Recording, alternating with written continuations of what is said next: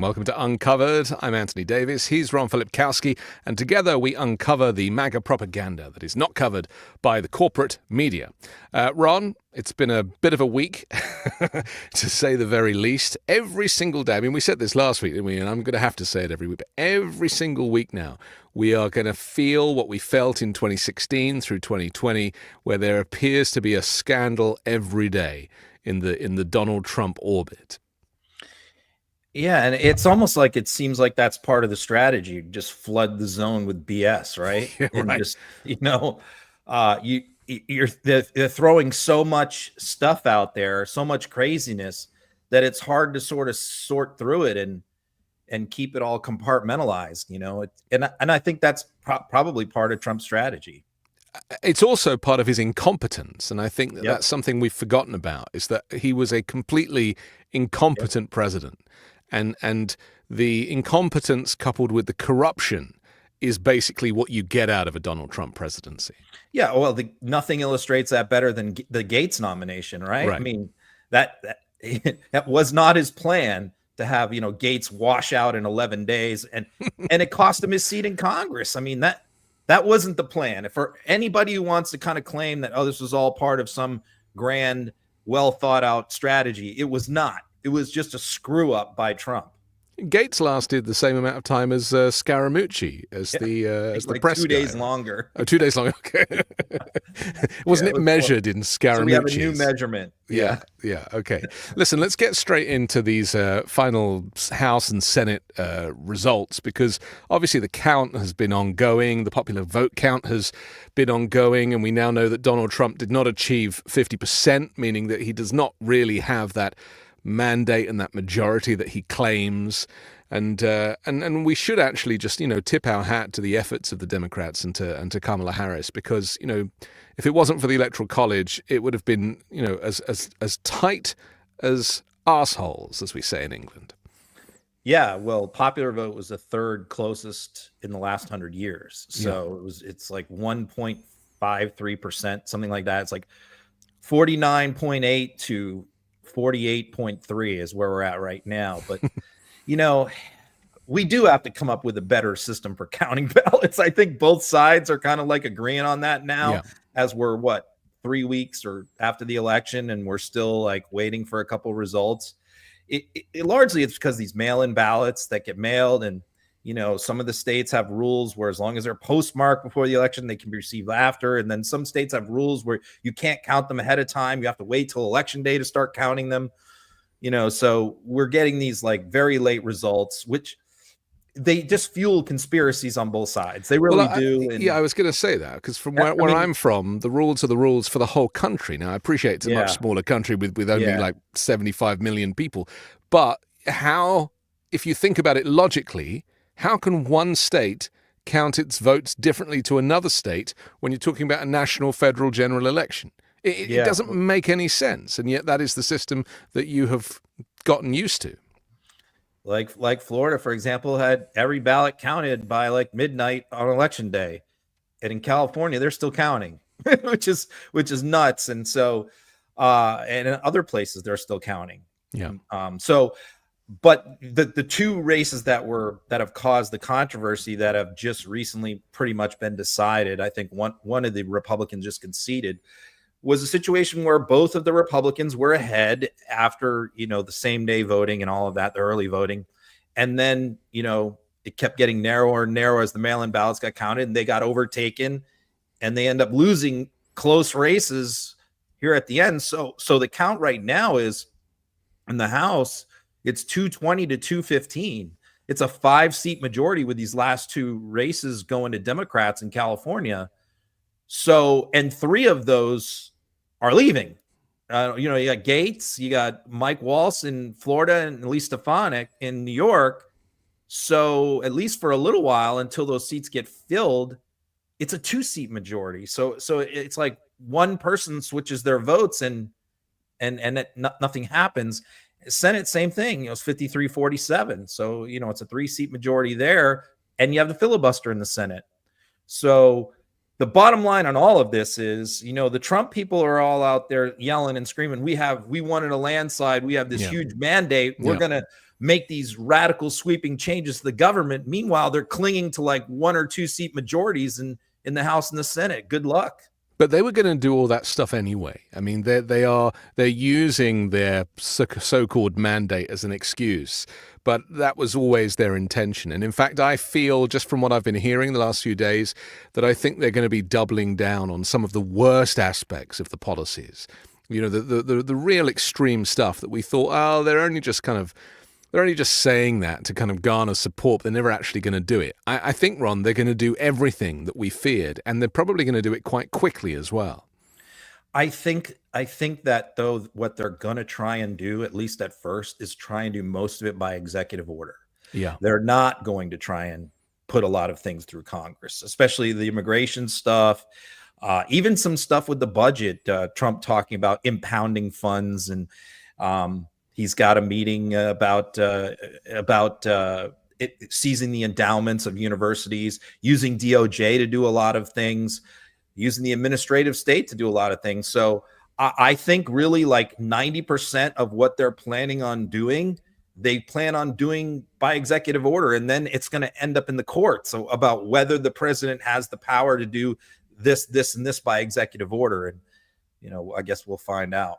Remember when Trump was interviewed over the last few years, and he would always talk about how much power the president has. Yep. And I always had a feeling that Trump saw the presidency as having way more power than any other president had considered before, because he doesn't really care for the protocols and the rules, because he doesn't care for hierarchy. And in fact, he's always been an enemy of the state. You know, even when he was running his private business, he's always been a tax avoider and just somebody who doesn't really want to join in. And I just think, you know, if he gets his hands on the presidency, well, as he's got his hands on the presidency, he will take advantage of every loophole like he does with the tax system. Yeah, well, I mean, he was sued constantly during the last time. Yes. I mean, we talked about people inside his administration that constantly told him, you can't do this, you can't do that, you can't do that. And sometimes he listened to them, but sometimes he didn't. And then he was taken to court, and a lot of times judges ruled against him on one thing after another. So it's clear, you're right, that he views it as much more powerful. Now, the only question now is, you know, has clearly the people inside his administration have changed quite a bit from last time.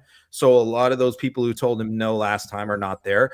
But also, how much have the courts changed since 2017, 2018, when he was losing a lot of those cases in court about presidential power? You know, have the courts sort of rethought, or have they been reshaped?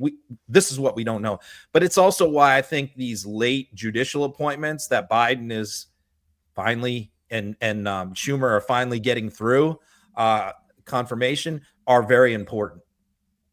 I think that might be the one thing that Biden is doing, because, you know, there's been a lot of chatter from people who are feeling quite sad at the moment, and quite rightly too, that Biden and Harris are plotting something behind the scenes to, you know, put right everything, or to put guardrails up so that Trump can't come in and just annihilate, you know, the American culture. And I fear that they are not doing that. I fear that you know, Biden is a traditionalist. At best, he's appointing these judges, which is great. But beyond that, you know, he's even said he's going to go to Trump's inauguration. Well, I just don't personally. Maybe it's the European kind of fighter aspect, having seen fascism in Europe, but I just don't know that playing along with this incoming administration is the right way to do it. It's too much of what we've had from Biden and other traditionalists for years, and you know, he just had him sign the memorandum of understanding. That's Trump right. Finally signed it on the transition, but it's not. He didn't agree to everything that you're supposed to agree to. He didn't Including agree to the FBI background checks of his nominees. So basically, what Trump said is, "I'll take all the good stuff. You can start giving my people briefings. You can give us some office space. You can do all these different things, but I'm not agreeing to the stuff I don't like background checks on my nominees." And so he gets $7.5 million now gets transferred to the Trump team to kind of pay for, I don't know, photocopy paper and stuff to get started with.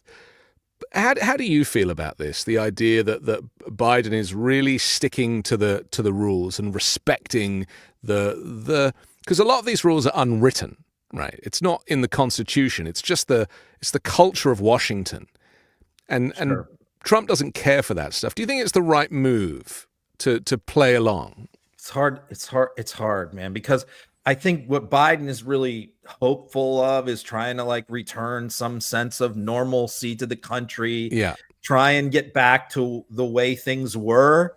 I think that he just doesn't get it, that like these people are not interested.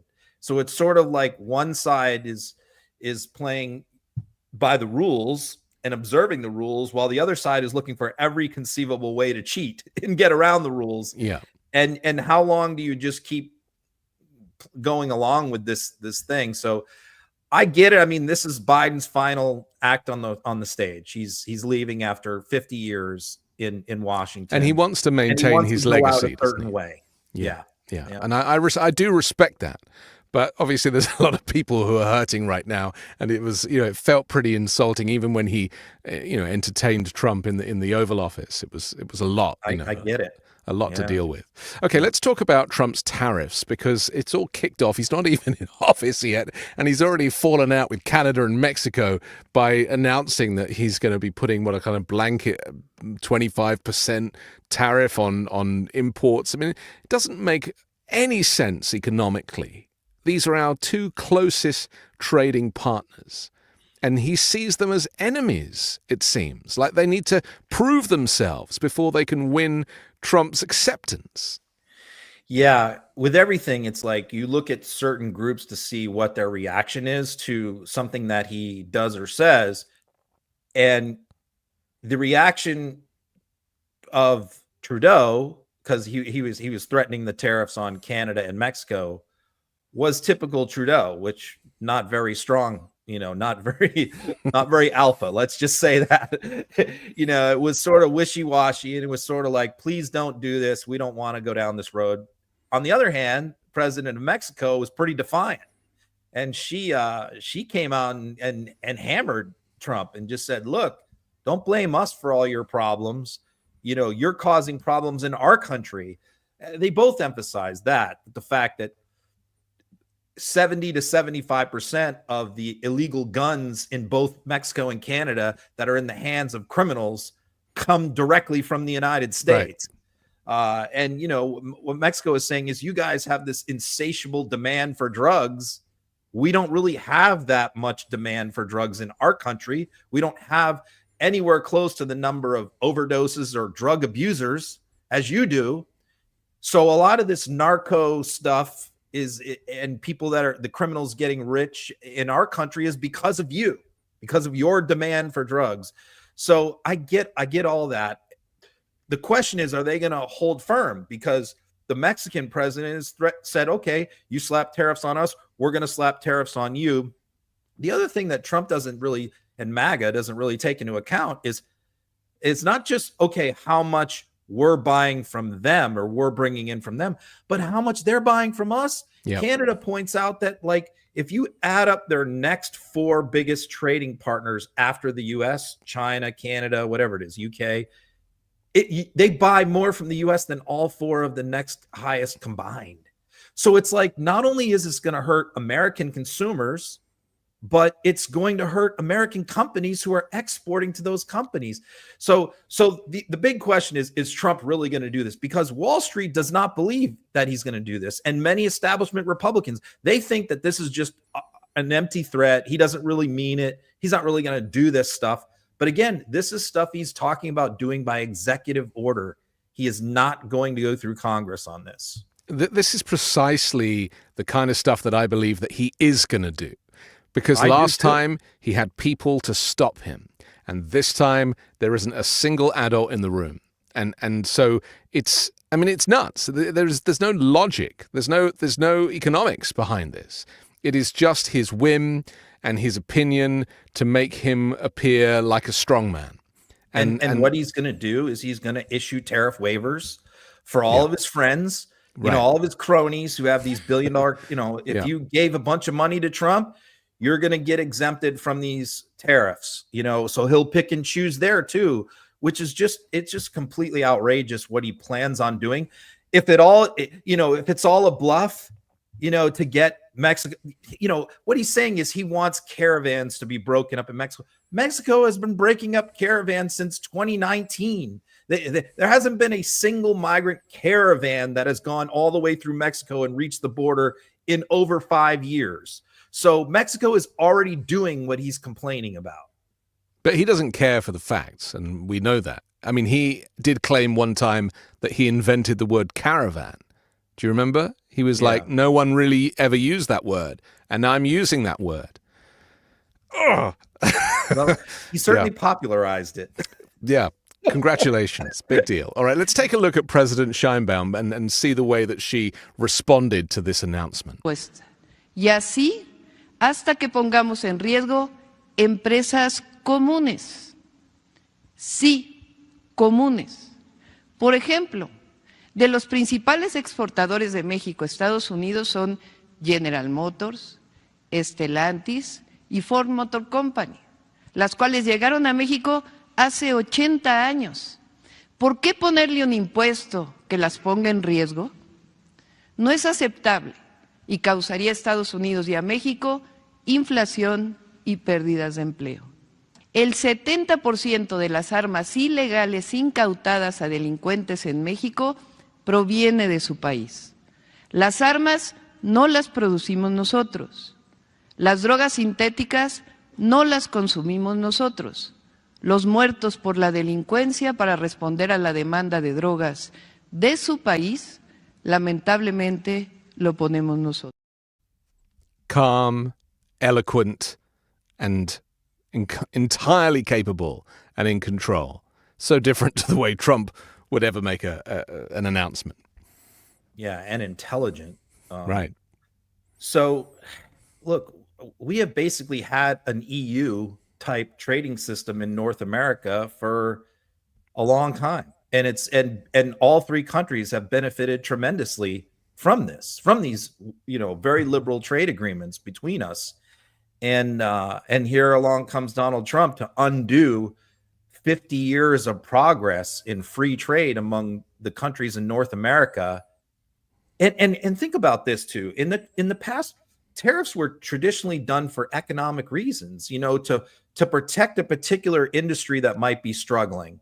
Let's say France wants to put tariffs on sparkling wine from California to protect their champagne industry. Okay, like you can get that, where you're trying to protect a legacy industry for your country.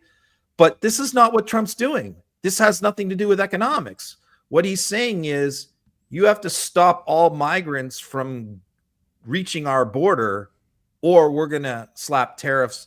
And by the way, I'm guilty of this too. We say put tariffs on Canada and Mexico. That's not actually what he's doing. He's putting tariffs on American consumers who buy products that come from those places. That's what he's doing. It's not just kind of devoid of any kind of economic analysis, but this is authoritarianism. I mean, we're going to have to get used to this. Is that, we tried to warn people of the threat of authoritarianism that would come with Donald Trump, and people couldn't really get their heads around what it would look like. And this is just another one of the ways that the authoritarian asserts their authority by making crazy decisions that are not based in reality. It's all about him. And people will suffer in droves. Industries, businesses will shut down because of this. I really fear that, we have somehow allowed this propagandist to completely rewrite the rule book. And in the process, he's taken away any of the protections that we, in the back of our minds, were relying on to think, oh, it'll be okay because this. Or, I mean, only a few weeks ago, Ron, we were going, well, the courts might have failed to stop him, but at least we have the vote. The people will decide. And they did. Yeah. And you think about if these people give in to him in any way, You know, that's what I'm talking about. Like if Trudeau or the Mexican president concedes anything and gives in to him at all, yeah, we know he's gonna declare victory. See, and it's the same thing with Russia invading Ukraine. When you reward authoritarians by giving in to their threats, they only come back for more the next time. They're only going to threaten you more. They're going to demand more. Yeah, because they like the feeling. This is the problem. This is the problem. If they give in to him at all on this stuff, then he's just going to feel emboldened by that. Tariffs are just not designed. You know, they're not supposed to be like for economic sanctions because of non-economic things. Well, that's right. He's confusing that's how he's going to use them. Right. He's confusing two completely different things and trying to make them one of the same.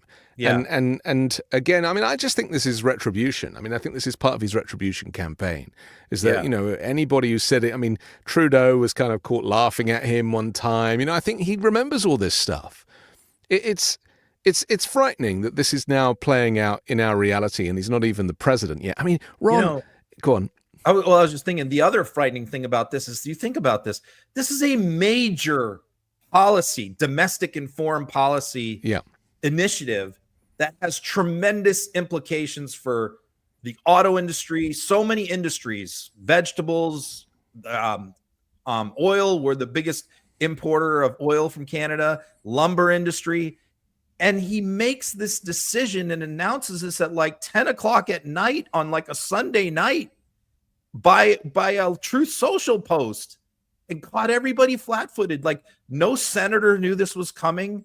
It's sort of like he's just banging out like a major policy decision that rattles the cages of the whole North American hemisphere and CEOs all over those three countries. And it's just like, you know, he just thinks like this is what aggravates me when Republicans talk about, oh, they're just mean tweets. You know, these mean tweets move markets when you're the president. Like they matter. Words matter. They affect people's lives. They affect people's incomes and savings and everything else. So it's just nuts that you would unveil something like that in a Truth Social post late at night. But it's nuts to you and to me because we live in reality. But he is nuts.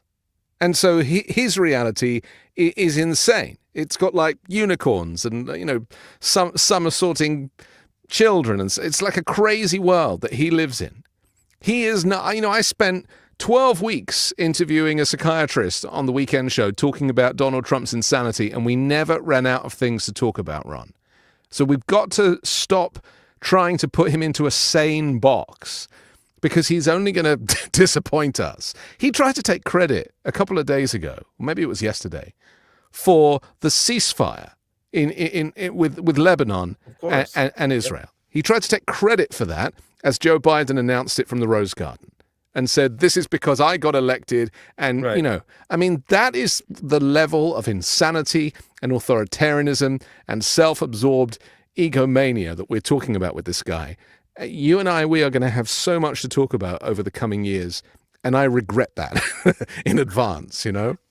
Biden just announced that he got 3 Americans in China freed from imprisonment who were imprisoned for no good reason for many years.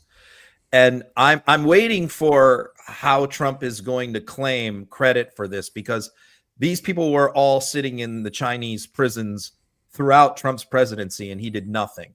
So I'm interested to hear how like China only freed them because they knew I was coming in as president. They're afraid of me or something. When in reality, here's what really happened at the climate summit in Brazil. Biden pulled Xi aside and asked him to do him a personal favor and free these people, as like, I'm leaving the presidency. Can you do this for me? And he did. Yeah. And that's why they're being freed. And that is diplomacy. I mean, that is ultimately how you build up a level of trust on the download, and you're able to call in a favor when it's important. Yep. And Trump knows nothing of this. But he'll take credit for it somehow. Yeah. I'm interested to kind of hear how he's able to claim credit for this. He certainly will. Yeah. So there's talk coming from Donald Trump Jr. now that he was talking to his father whilst on the plane.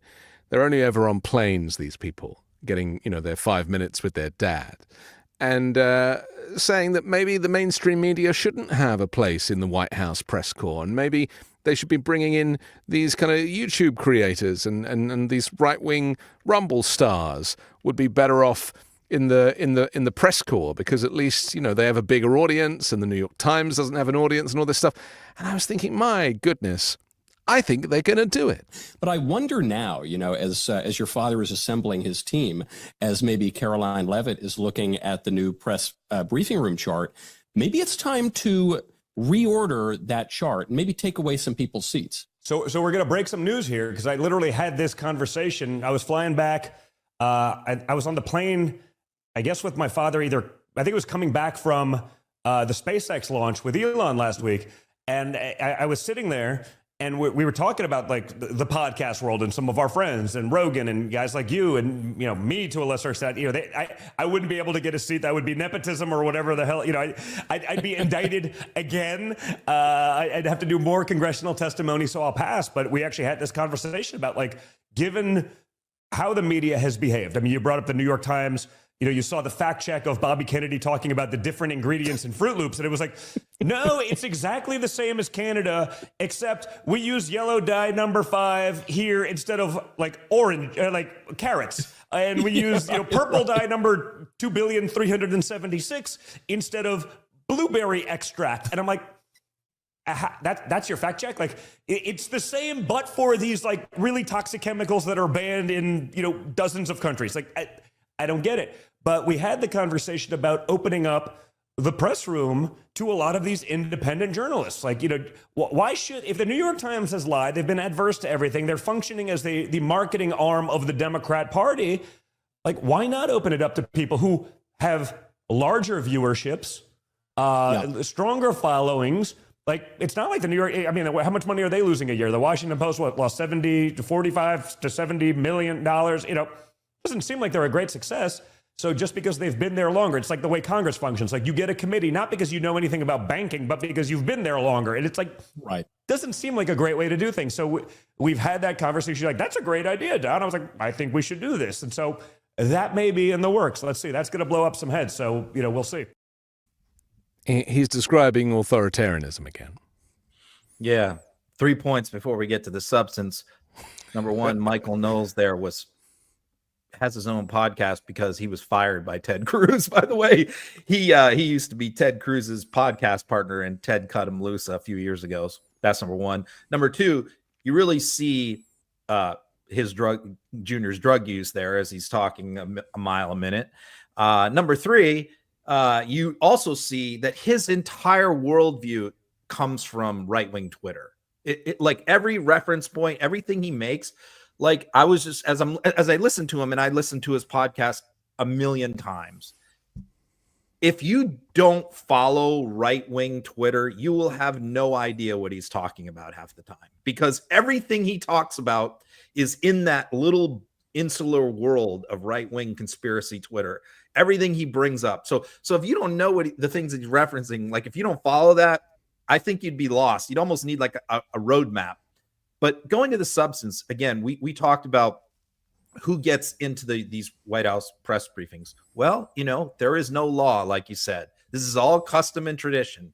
And the way it's always been for like 100 years is the White House course, the president, nobody in the presidency gets to decide who asks questions of the president. That's not what we want. That's not how it's supposed to work. Presidents of both parties have always agreed with that the president should not dictate who gets to go to White House press conferences. It has always been the nonpartisan White House Correspondents Association. And Trump butted heads with them when the last time, okay, because he wanted like OAN and Right Side Broadcasting, and he wanted a handful of these fringy people in the room. And so he let them stand in the back, a couple of them, and he would get questions from them in the back.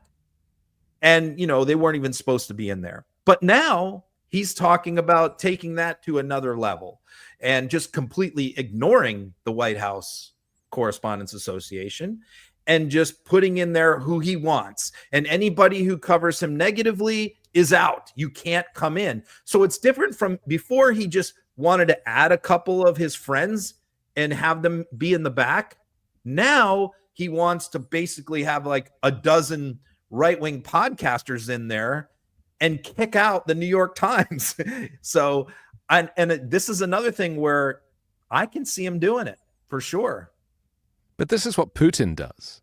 This is what China does. This is what Hungary does. I mean, this is what an authoritarian regime does. It has strict controls on the media. They have state channels, and everything has to go through the administration before it can be released. And we're going to get to that.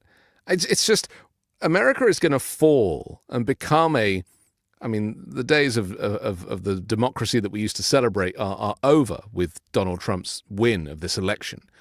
But it's things like this. Because, I actually put this back to that time that he went to the correspondence dinner and Barack Obama took the piss out of him.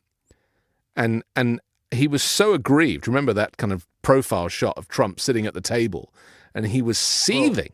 Don Jr. has said, by the way, that was the night that Trump decided to run for president. Right. So, all this stuff is connected. And when you're as insecure and as childlike as Donald Trump, you remember all this stuff. This is what shapes you. And this is all part of the retribution. So I have no doubt that they will end up throwing out anybody that doesn't cover them favorably. Part of me wants to gloat a little bit about legacy media because you wouldn't do a thing like that. When I was warning them, when they were both siding Trump and they were treating him like a normal candidate, and I kept saying, like, he's coming after you.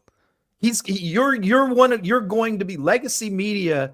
Yeah. Is going to be one of his number one targets. He's going to come after you. And I think a lot of them felt, again, that's just him being Trump. He's not going to do any of this stuff. But, when he talked about pulling broadcast licenses or having the FCC shut people down, or talking about how the people, the reporters who got the Dobbs brief leaked to them should be put in jail. And now this, I think he's totally serious. And I think what we're going to see here is a lot of these companies screaming and yelling. New York Times, Washington Post, Axios, Atlantic, all these companies, they're going to be yelling and screaming, saying, this is crazy. This is authoritarian. And I'm just going to be like, yeah, that's right. That's what I said last year when you guys were covering him like he was George W. Bush. Who was the CNN guy that he kicked out of the press room? Acosta. He took away his press pass for about 3 months or something. Yeah. I mean, because Jim was the best. Jim did a great job. And now it's going to be Caitlin Collins. Now I think that Caitlin is going to do a very good job, because I think actually that she did a good job covering the campaign, but I guess we'll see. She doesn't seem to be intimidated by him.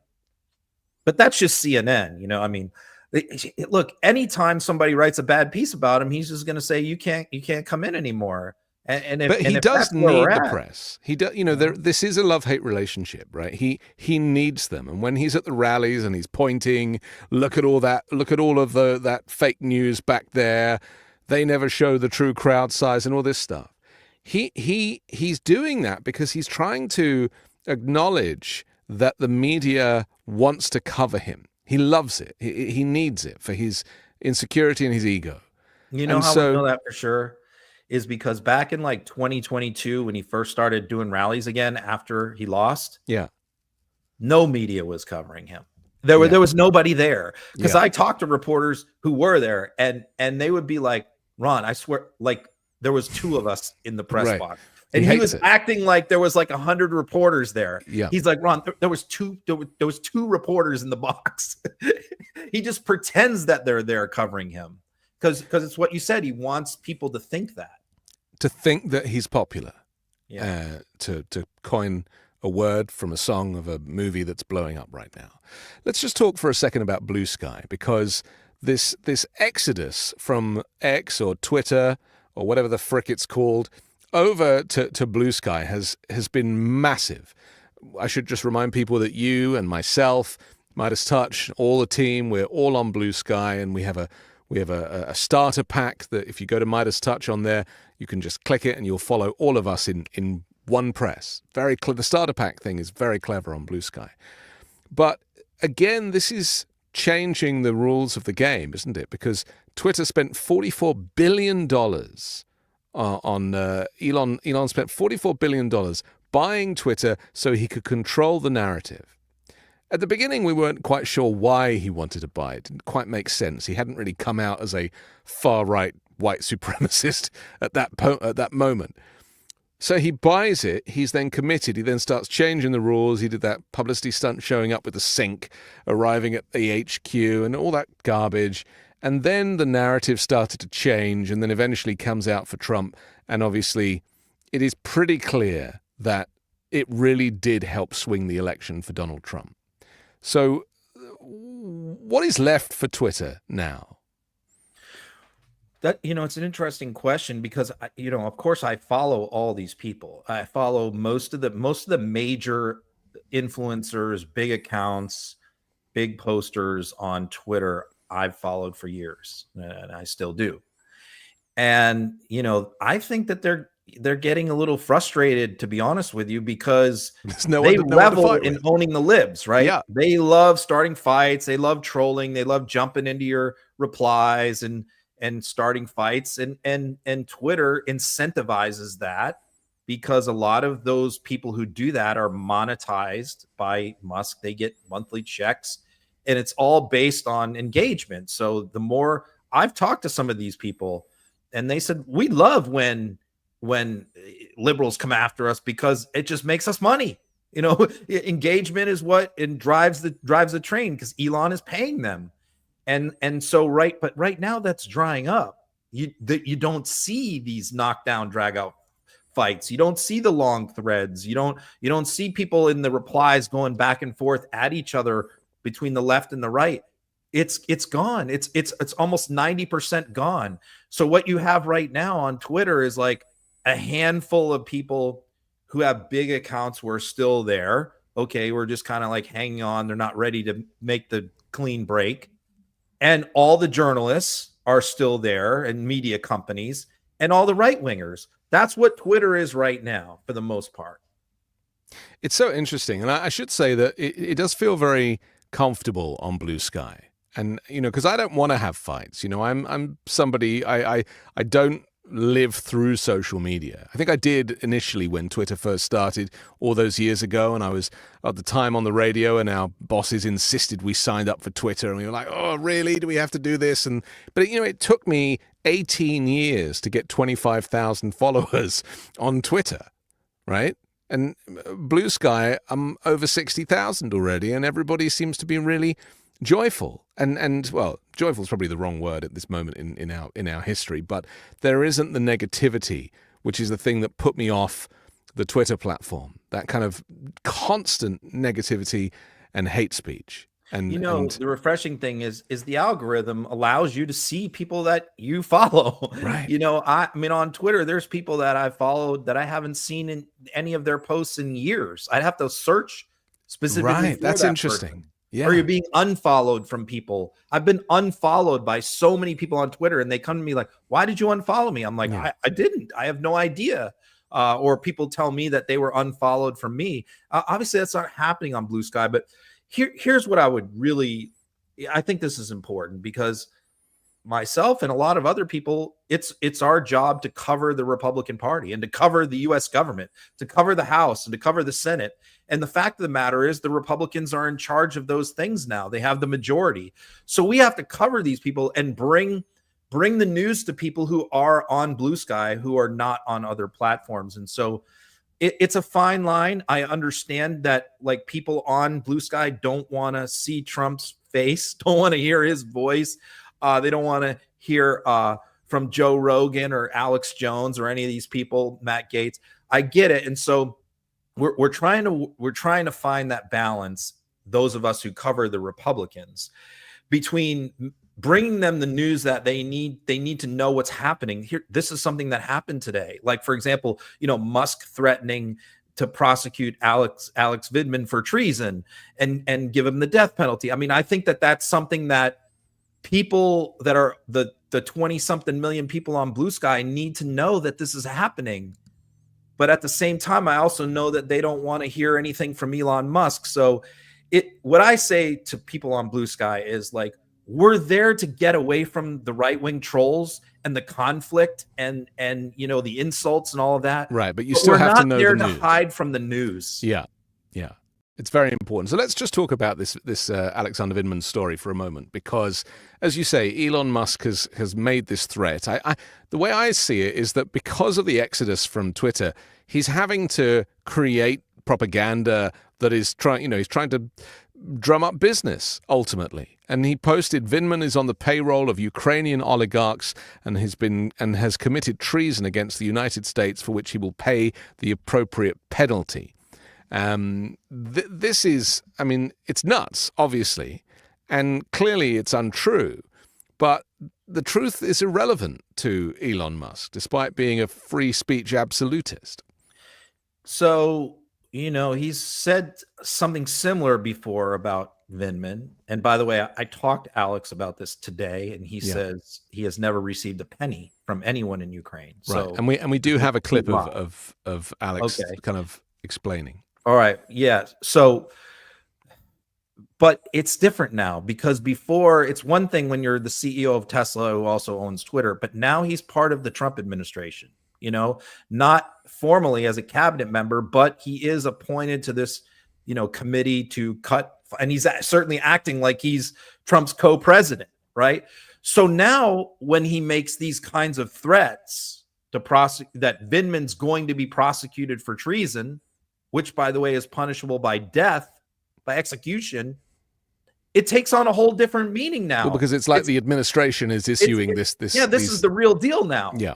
And so you can't take this stuff lightly. Before, you could maybe go, oh, he's on ketamine, he's popping off at 3 a.m. again, just ignore him.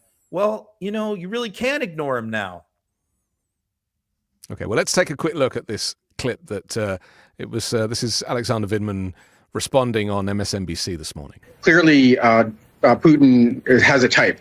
He likes narcissists and egomaniacs that he knows as a case officer he could easily pander to and manipulate to do his dirty work. We are under attack.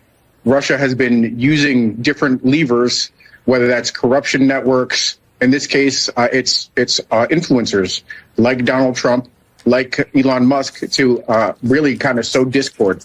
And it's particularly troubling with Elon Musk in this case, because Elon Musk has access to state secrets. He has top secret security clearance. It's possible that some of that is seeping through. Putin has been very effective in playing both Trump and Elon, and he's been using the richest man in the world to do his bidding. In some cases, that's encouraging him probably to support Donald Trump.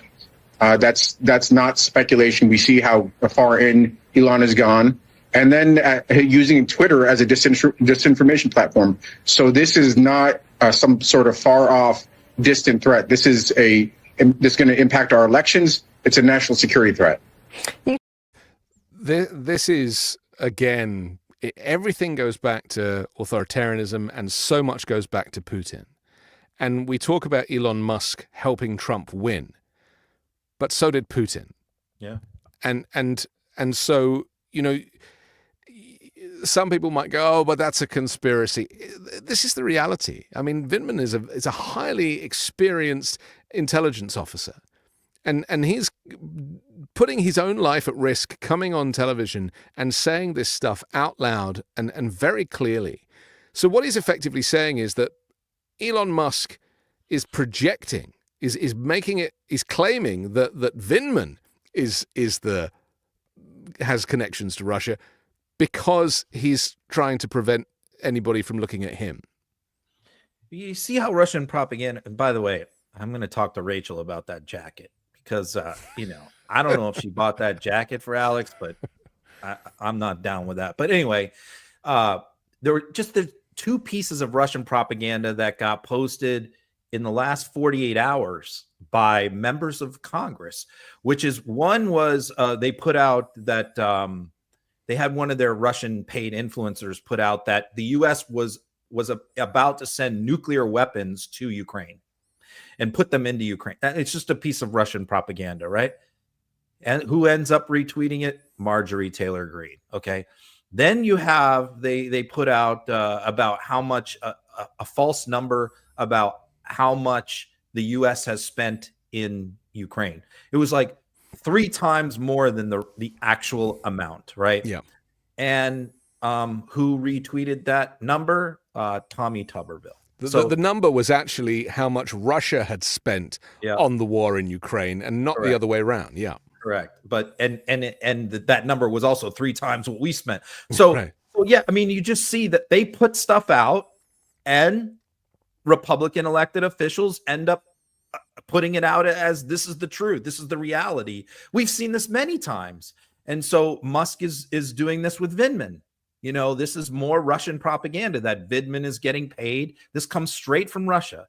That Vindman is getting paid. It's sort of like we heard about, what was it, the Maserati or the $130,000 car that supposedly Zelensky's wife had. I mean, it's just all this stuff is lies. It's all put out, but if it was just put out by the Russians or the RT or one of their influencers, no biggie. Unfortunately, it's then picked up by Elon Musk and Tommy Tuberville and Marjorie Taylor Greene and others. And a lot of the time, they don't even realize that they've been played by Russia, and that Russia is the source and the instigator for this propaganda. They get so excited about owning the libs. They see a story, they're like, well, that's going to score me some points. They hit the retweet button. And Russia, meanwhile, is like, haha, another one, foil. Success. Yeah. Yeah. They're high-fiving. They're like, it worked. Do you think that Musk knows that he is being manipulated by Russia too? Or do you think that he has more of an understanding of the kind of bigger picture? I think it's a mixed bag, because I think, so much of his stuff is manic, drug fueled. So sometimes I think a lot of his stuff is very calculated and very thought through, and he knows exactly what he's doing. And then other times he's just reposting everything. I mean, he's posting 200-300 things a day. And so the rate at which these postings happen, he's not fact checking. But it also shows a level of insanity that, unless he's got 3 or 4 people doing it for him, I chronicled, well, the other day, I noticed him posting so much stuff. So I just decided, okay, I'm going to stop what I'm doing. I'm going to take 10 minutes. I'm going to count every post he's made in the last 24 hours. It was 405. He posted 405 times in 24 hours, and there was no break. Like, you'd normally see like a 5 or at least a 6-hour break when the person is asleep. Not him. This is why he and Donald Trump are made for each other, because repetitive strain injury will become a thing.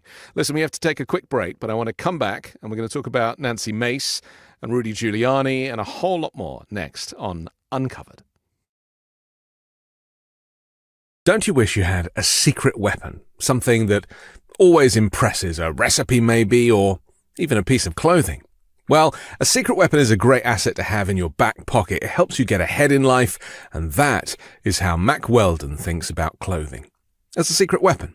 Timeless, classic style that's infused with performance fabrics and hidden details. I love my Ace full-zip hooded sweatshirt in a charcoal heather grey. It keeps me warm, makes me feel more confident, because it's quality clothing. Mack Weldon apparel gives you understated good looks for understated confidence. Not flashy, just classic, always in style, and made from the world's most comfortable performance materials. Mack Weldon clothes are designed to fit your style and the demands of modern life. They look like regular clothes, but they feel like the latest in modern comfort. Get timeless looks with modern comfort from Mack Weldon. Go to mackweldon.com and get 25% off your first order of $125 or more with promo code UNCOVERED. That's MackWeldon.com. Promo code UNCOVERED. Best hoodie I ever owned. never take that thing off, and I know you're quite wedded to your shirt as well. What do you get? You got like a flannel shirt, didn't you? The only flannel shirt I've ever owned in my life, and I do like it. Yes. Yeah. Okay. Details for our sponsors are in the description below. Ron, before we come on to Nancy Mace, let's just talk about this Klitschko story between him and Joe Rogan. I don't know much about this, so I'm kind of interested in the background, because we have a video, but he makes a very kind of compelling, slightly veiled threat towards Joe Rogan, doesn't he? Yeah, well, I mean, Rogan is doing what Rogan does, which is repeating Russian talking points. Rogan is he's a dumbed down Neanderthal. I mean, his show is for dumbed down Neanderthals, but unfortunately, he does have a huge audience, and they're largely men under 35, and one could certainly argue that is the demographic that won the election for Trump. That was the difference, and Rogan's endorsement may have certainly played a role here. So you can't just completely discount him. But I mean, the stuff that he says is just nonsensical most of the time. Yeah. And so he says it was over Putin threatening nuclear war again. It was after Biden authorized the Ukraine to start using the longer range missiles to target targets inside Russia, which was so in other words, what has been happening for the last 3 years is Russia has been using long range nuclear missiles on civilian targets and apartment buildings and hospitals inside Ukraine, but we have not let Ukraine do the reverse to military targets. I mean, Ukraine's not trying to bomb Moscow, right? They're bombing military, they're shooting their missiles at military targets in Russia. And one of the things that they were trying to bomb was that they did attack was a North Korean base, because Russia just brought in a bunch of North Koreans, and they wanted to send a message like, do not escalate this war by bringing in an Asian army into a European conflict. They were trying to send that message. So of course Putin says, well, this is going to lead to nuclear war. And what does he want the reaction to be in the West? Fear. Oh no, Putin's threatening nuclear war. We need to back off. We need to tell Ukraine they can't defend themselves because Putin's threatening us again. You don't give in to these bullies. Like, appeasement is not the way to deal with authoritarians. And that's what Rogan did. Rogan is like, you know what? We're all going to die because of Zelensky. And he said, F Zelensky. You're going to get us all killed. Screw Ukraine, screw Zelensky. And so this is Klitschko, whose brother, who was heavyweight champion of the world, and whose brother is the mayor of Kyiv. And this was his response to Rogan. Joe Rogan, I listened to your latest podcast. I'm sending you this video to let you know that I disagree. You talk about these American weapons being sent to Ukraine, which you believe will lead to the Third World War. So, let me tell you that you're repeating Russian propaganda. Putin's Russia is in trouble, so they want to scare you and people like you. His war was supposed to last 3 days. It has lasted 3 years, thanks to the heroism and sacrifice of us Ukrainians. So you're using the only weapon that Putin really intends to use, propaganda. And this weapon really weakens our democracies. Putin's Russia wants to destroy Ukraine quietly.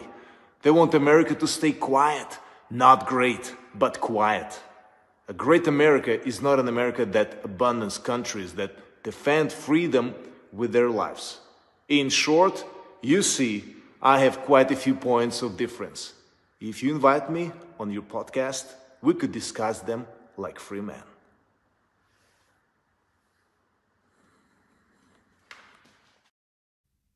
I'd like to hear Joe Rogan speak fluent Ukrainian as well as he speaks English. It's so interesting. I mean, even when he goes in short, it's just beautiful. I feel that this is a perfect example of what we've just been talking about, Ron, where people like Joe Rogan, they think that they're onto something. They think that they are the giving public service announcements, but actually they've been manipulated and they're presenting Russian propaganda, that they have no clue. Yeah, and Rogan has that guy who we just played has more courage in his pinky than Yeah. Rogan has ever exhibited in his life. I mean, Rogan's just one of these steroid pumped up gym rat, Neanderthals.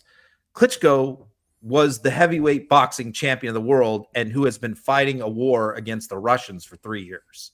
So, I mean, for Rogan and the same thing, I mean, Rogan can express disagreement with U.S. policy here, but to like denigrate Zelensky and to, he's never said those things about Putin, and to personally insult the Ukrainian people and say that somehow the U.S. is going to suffer because they're fighting for their lives in their country, that Americans are going to suffer. It's just the ultimate ugly American self-centered selfishness that Joe Rogan in his podcast studio in Texas is going to belittle these people who are fighting for their lives in their country against Russian invaders because he's worried that it could somehow affect us.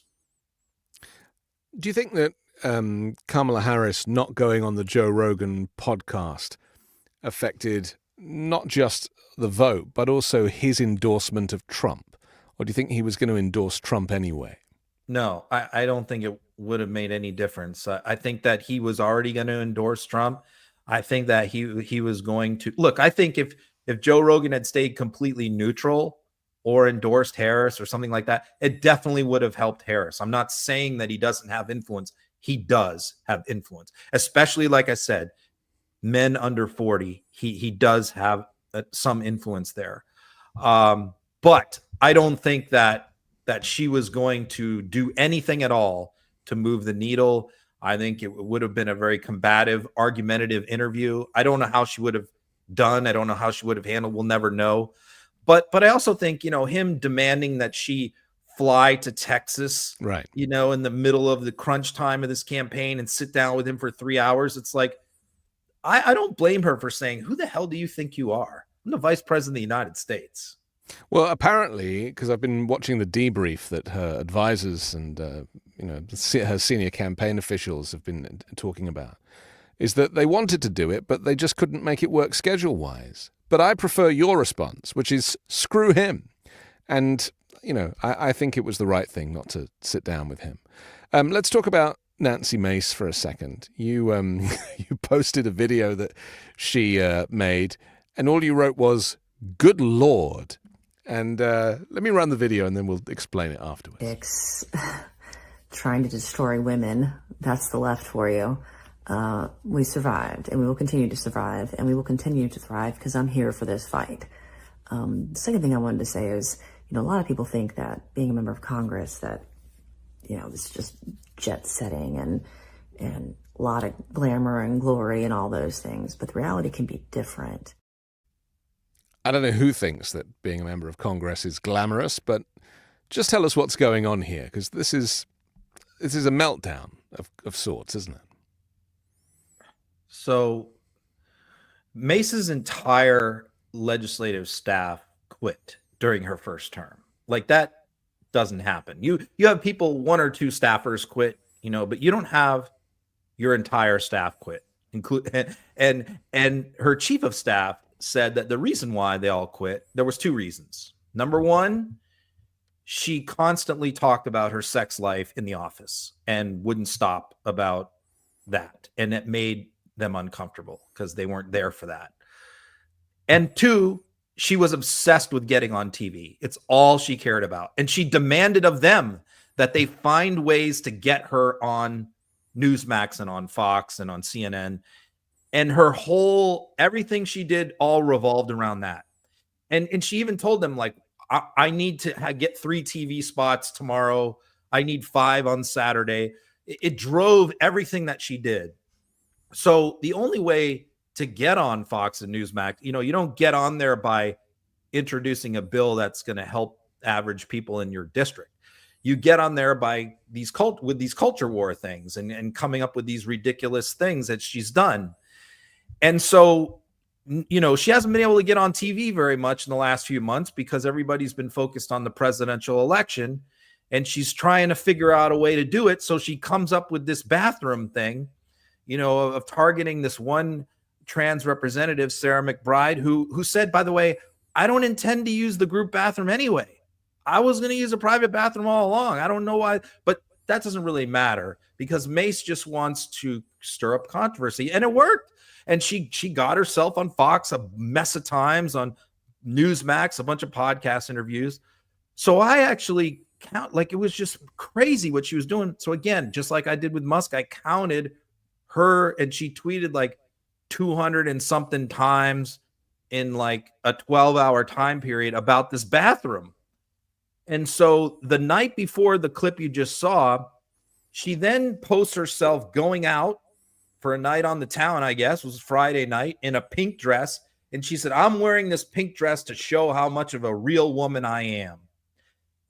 I'm like, I'm like, this is just bizarre. And then the next morning, she posts that like 6 a.m. and her caption was, no makeup, I'm showing you it all.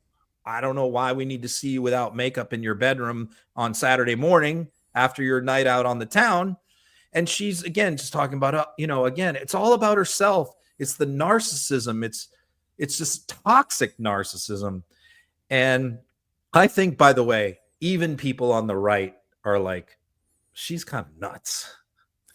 So many of these people who seek office and seek power are broken. They're in it for the wrong reasons. And we saw this with Matt Gaetz, who fortunately looks like he's not coming back into US politics anytime soon. But there are so many like her who crave the attention and are extremely insecure.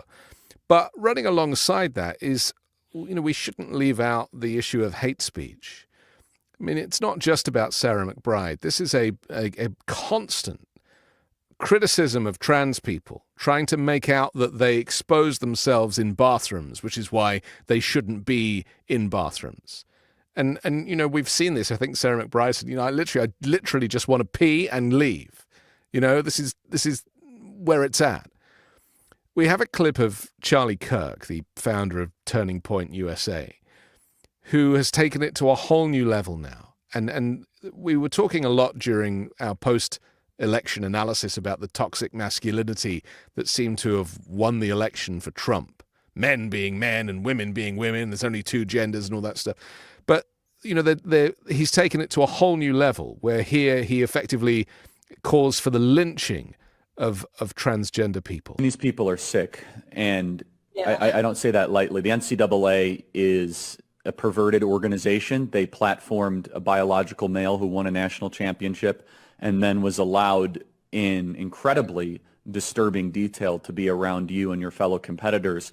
And again, I blame the decline of American men. This never should have been, someone should have just took care of it the way we used to take care of things in the 1950s or 60s. But, as you have testosterone rates go down and men start acting like women and they don't do anything, then, hey, who's to say? You're going to look, there are a lot of sick people in the world, unfortunately, and without the strength to go against them, the country is going to completely. And she sits there as a female person agreeing with the fact that, men are behaving like women. And I was like, whoa, this now, it's gone beyond the point of no return. And, aside from the stress that it causes people in the trans community, it is just wholly unacceptable. And I fear that, as with the civil rights movement, this period now is just going to weigh so heavy on the LGBTQ plus community. Yeah, I mean, what he's saying there to his right-wing audience is you need to take these people out back and beat the hell out of them, and teach them a lesson and lynch them or do whatever. Use violence is what he's saying. Yeah. We need to do what we used to do back in the 50s and the 60s, before the civil rights movement, and just hang them or get a baseball bat and beat the hell out of them. That's how we need to handle these people that are different. So I think that, you don't usually see the quiet part out loud there, but that's what a lot of them believe It's not really about like protecting children or protecting women from sexual assault as they claim. It's not really about that. It's about what Charlie Kirk just said out loud. So, I think that this is an issue that they know hurts Democrats. It just does. And how we know that is because Trump spent tens of millions of dollars on anti-trans ads. And he wouldn't have done that if they weren't polling well and they weren't working. Because, the Democrats have to find a sane position on this. And until they do, Republicans are going to continue to use bigotry to their advantage. Because I get it. Look, I understand, when he's talking about the swimming situation, where you're talking about this trans swimmer who's 6'2", 6'3", towering over his other competitors and breaking records that have stood for years. I get where a lot of the women competitors say that that's not fair, that is, we have no chance to compete. And so, but again, I think that this is up to the sports leagues to decide, but I think that, Republicans are just not going to let Democrats avoid taking a position on this. And we just saw the congressman from Massachusetts, Seth Moulton, who came out and said Democrats, I'm against this. I'm against people who are born biological males. We need to protect the trans people's rights, but I don't want them competing against my daughters in sports. And he might get a primary challenge over this. He's been in a lot of hot water. And so this is something that Democrats really have to work through. But at the same time, we can do that while pointing out people like Charlie Kirk. They're not going into this from a good place, from a reasonable, rational, fair place. They're just using that as their excuse to attack people that are different. And I would agree that the Democrats yet again fail by nature of their silence. Yep, exactly. You really need to take on this issue, which can be intellectualized, and it can be, you can legislate for this without offending anybody. And, in the same way that years ago, the Paralympics, or Special Olympics, as you guys strangely call it, was created as a separate event to the Olympics. It's like, this is, it's something that will be dealt with and needs to be dealt with, but to be silent about it only enables the right and the far right to weaponize this language against humanity. It's very sad. Yeah, unfortunately, there's too many Democrats who are afraid to talk about this issue. Yeah. And it's the same thing with the migrant issue.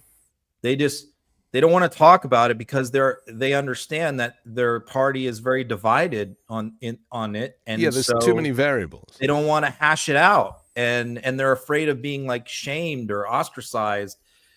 And I mean, I'm putting stuff out there. I'm arguing some of these things because I just think that the party needs to discuss it. We can disagree on these things and without, attacking each other or questioning each other's motives. Like, are you an anti-trans bigot if you think that someone who is 6'1" and was born male should not be competing in college swimming? I don't think that makes you an anti-trans bigot, but there are people who do think that it makes you a bigot. And so these are discussions that we need to have.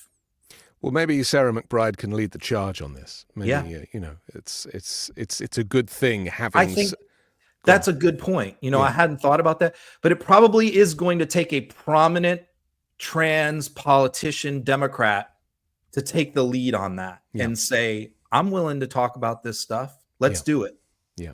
And arguably not talking about stuff has been much of the criticism surrounding the Democrats' loss at the election. This kind of failure to actually, on the subject of the economy, on the subject of immigration, to kind of just say nothing and hope that people don't notice when Donald Trump was just talking the whole time. And I hope that off the back of this huge lesson that's being learned in Washington, that the new Democratic Party with new leadership and new thinking will actually be much more focused about specific issues and more. It's not even transparency. It's just more confidence, which is what's needed, I think. I think a lot of it starts at the grassroots level. On so places like Blue Sky. We need to be able to talk about these things on Blue Sky and argue them in good faith, and not shout each other down and not attack each other personally. And hopefully Blue Sky can provide a really good laboratory for progressives to hash some of these things out and not have right-wing trolls attacking us and piling on and creating division amongst us. But we have to have, we have to be open-minded with each other. It's very interesting what you just said, because what you if I translate what you just said, Twitter under Elon Musk's ownership prevented democratic political discourse. I absolutely agree with that. Yeah, because we couldn't have those discussions without right-wing trolls pouring gasoline on the fire and creating fights amongst us and making things worse and dividing us. But that's why I say, like, it is important, I think, for all of us on Blue Sky to not do that to each other. Yeah, and to engage. Yeah. And in fact, that's, for me anyway, that's what is important about this show. And the fact that you and I are able to communicate despite coming from different political places, and find common ground to have a conversation, aside from the fact that I'm your best friend. I mean, obviously we'll throw that into the mix.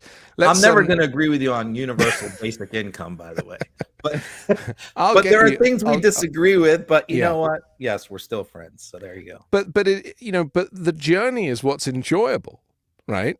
Like, it's like when you go to a dinner party that you didn't want to go to, and you end up having the best conversations, and you leave thinking, that felt great. Incidentally, I haven't been to a dinner party in nearly a decade, but you understand the sentiment. And sometimes your mind has changed.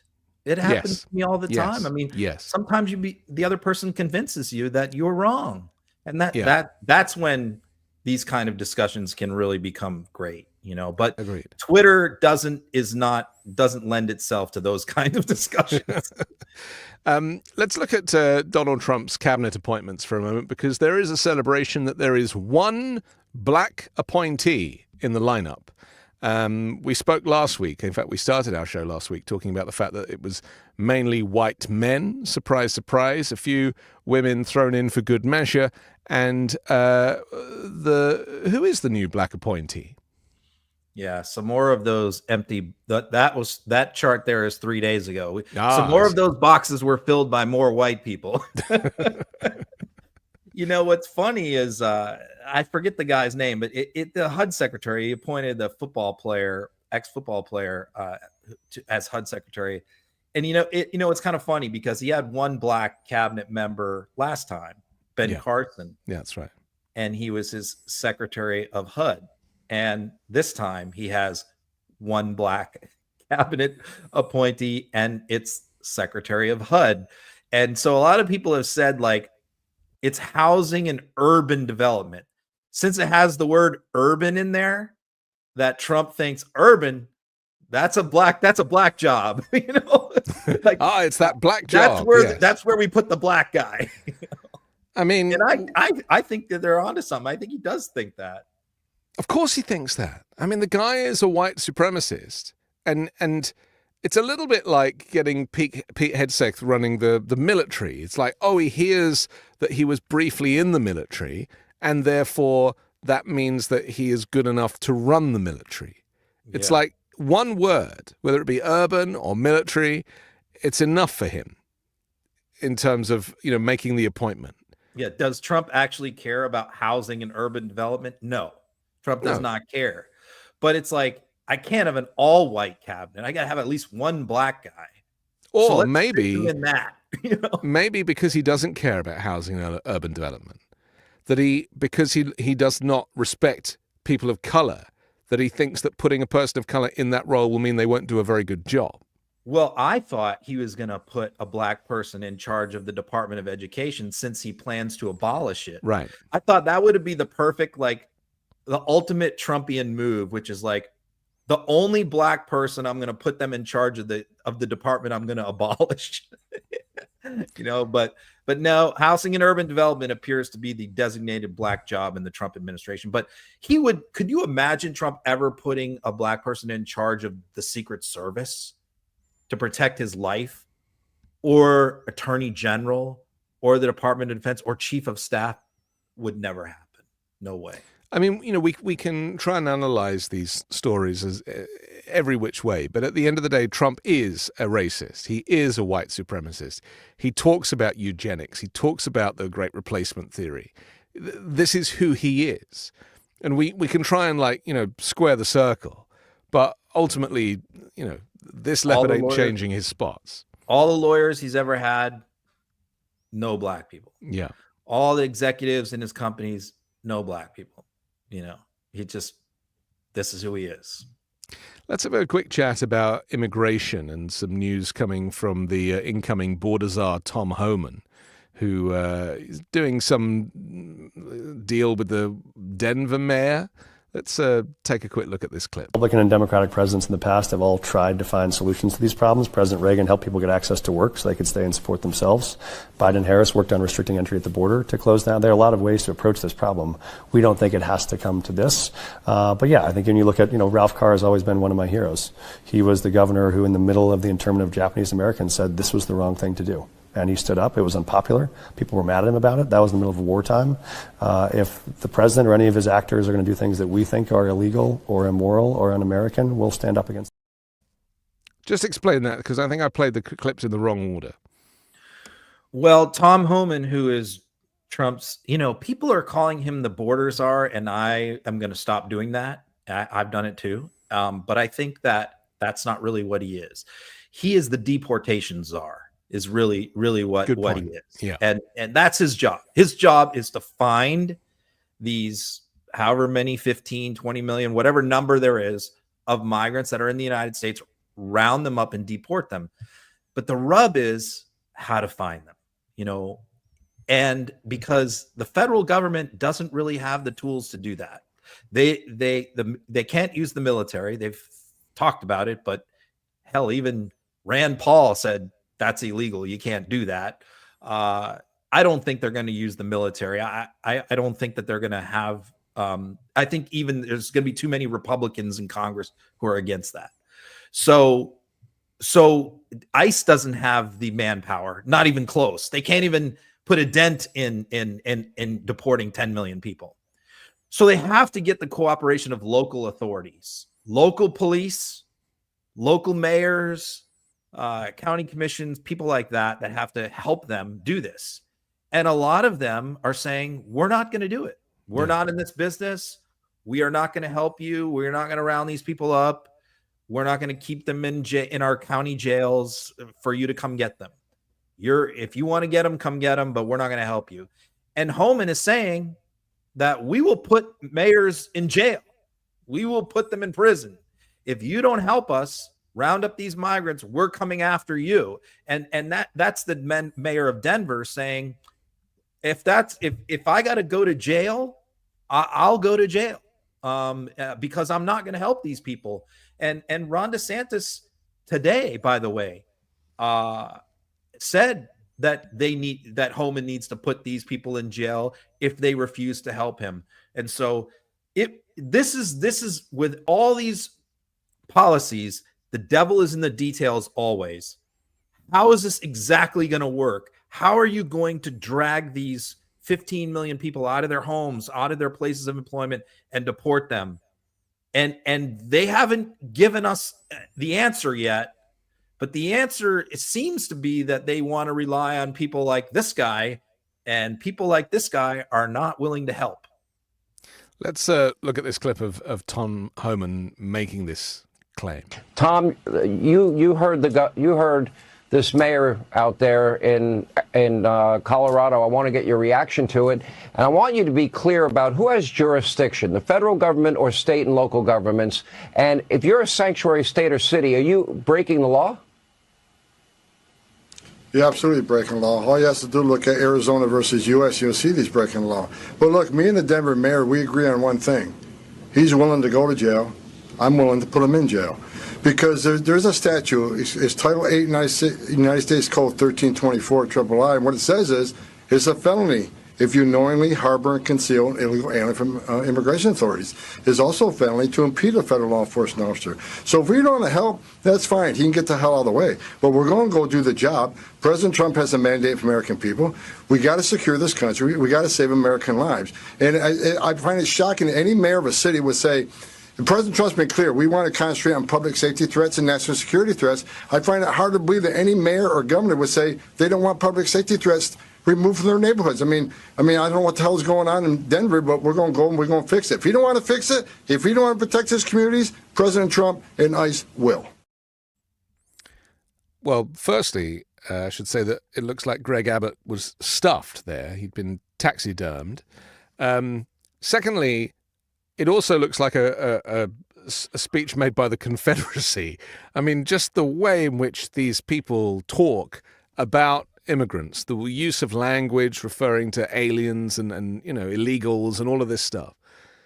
But also, I always thought that the argument about the immigration issue was about jobs.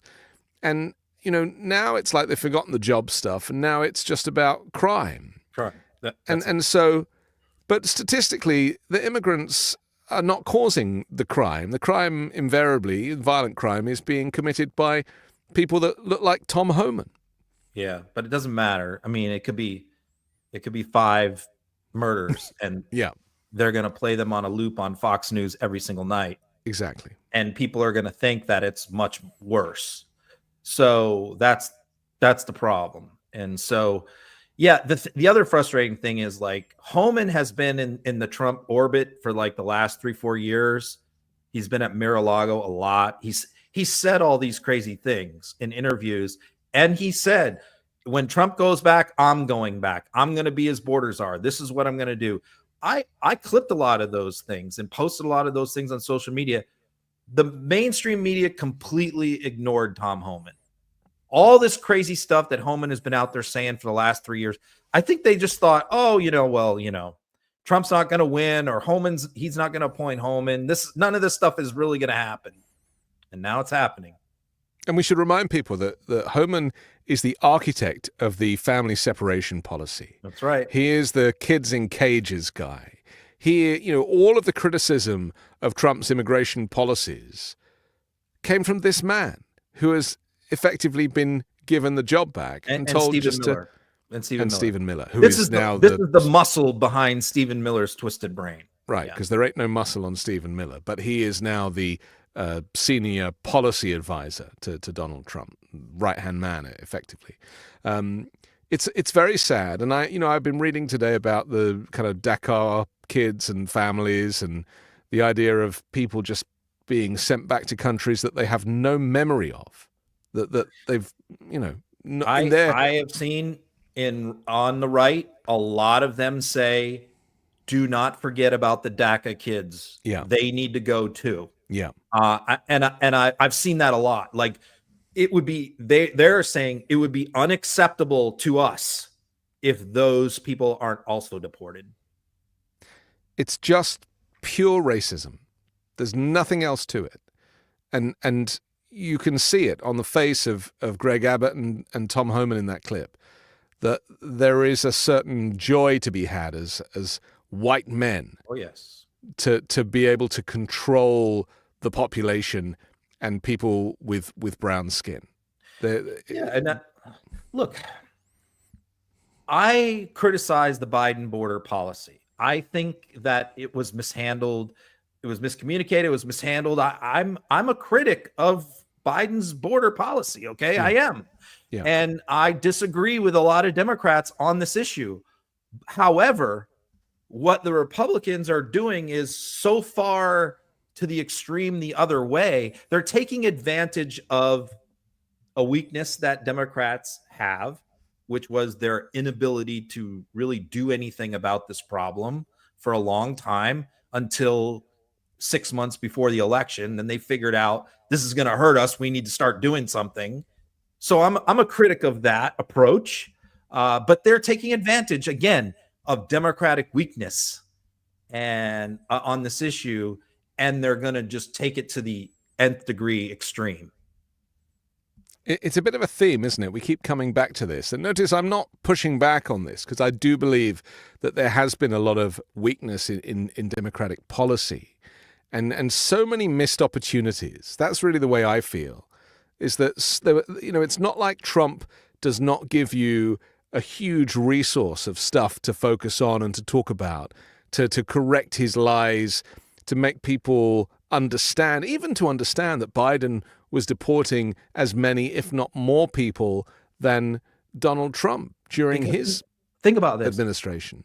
When we had the big like post-COVID surge in late 2021, 2022, how much different would it be if we had like Pete Buttigieg as DHS secretary saying at the border, saying, okay, we need to do something about this. We need this bipartisan border bill. We need more agents. We need more immigration courts. Everything that we finally started doing in 2024, in February of 2024. What if that had been done by Democrats in the administration way back in late 2021? It would have been a whole different situation. Yeah. The voters would have viewed the administration and the Democratic Party's position on the border and migrants completely different. The way they view it now is Democrats didn't give a shit. They didn't care, and they just let everybody in, and they didn't care. That's unfortunate. It didn't have to be that way. It could have been handled differently. You could have allowed a lot of migrants into the country, but not what we did, which was just open the floodgates and just throw up our hands and say, what are we supposed to do? But they're two different things, because the floodgates were never opened. The border has always been pretty secure. The issue was messaging, was Alejandro Mayorkas, who is a recluse, a camera-shy recluse, compared to Pete Buttigieg. And we've talked before about we should have switched them and put the guy on transport on immigration and vice versa, because then at least we would have heard some pushback against Trump's propaganda. But that sadly never happened. We have to finish in a second, but we got a couple more things. So let's whiz through. Let's start with Rudy Giuliani, who came out after he finally had to kind of give up his old Mercedes and his watch collection and a bunch of things. He now can't even afford to buy himself a hot meal. Let's take a look. Reality is, I have no cash. It's all tied up. So right now, if I wanted to call a taxi cab, I can't do it. I don't have a credit card. I don't have a checking account. I have no place I can go take cash out except a little bit that I saved, and it's getting down to almost nothing. I have a business. I can do business expenses, but I'm very careful about that because God forbid I should make a mistake between a personal and a business expense. Unlike Hunter Biden, I go to jail right away. He has enough money to buy bronzer, though, doesn't he? He's looking a very Trumpian shade of orange there. You know, a couple of things that are funny is, first of all, Trump never paid him $2 million. Trump owes him $2 million. Yeah. Trump has owed him $2 million for 4 years for the legal work that he did for him in 2020. Trump never paid him a dime. And so here's Rudy complaining how he doesn't have any money. He's never complained about Trump not paying his bill, though. So maybe he should have done that if he wanted any sympathy, which he's not going to get from us. But this was outside of court 2 days ago, because what we learned was that Rudy never did turn over the Mercedes, as it turns out. And he came up then, and so he was being hauled into court to explain, why the hell haven't you turned over the Mercedes? Where is it? And he gave this lame excuse that he was having difficulty getting the title paperwork transferred. And so he's got a million excuses. It's always something. And so basically, like, the judge was just yelling at him, like, this is ridiculous. You know, you were the United States attorney for New York, and you're saying you don't know how to transfer the title of a car? I mean, come on. How the mighty fall. Let's finish on the same similar subject with Matt Gaetz, who resigned his position in Congress because the investigation was about to bring up a whole load of stuff about the child sex trafficking and everything. But he thought he had the Attorney General role to go to, and then his position becomes almost intolerable. He just couldn't be done. So then he finds himself as a minister without a portfolio. So where does he end up? He's now on Cameo for a few $100 a time, I guess, making videos for people. Yeah, he followed the George Santos playbook, right?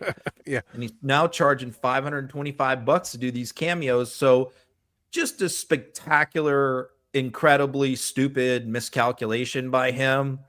He burned his boats behind him because he wanted this attorney general gig. He understood that the only shot he had was to block the ethics report from being made public. The only way he could block the ethics report was to resign from Congress. And then what happened is Trump made him drop out. See, this is what people don't realize, is that Trump spent an entire day talking to these senators, and not one of them would budge. And they all told him the same thing. They're like, you screwed up here. We can't back this guy.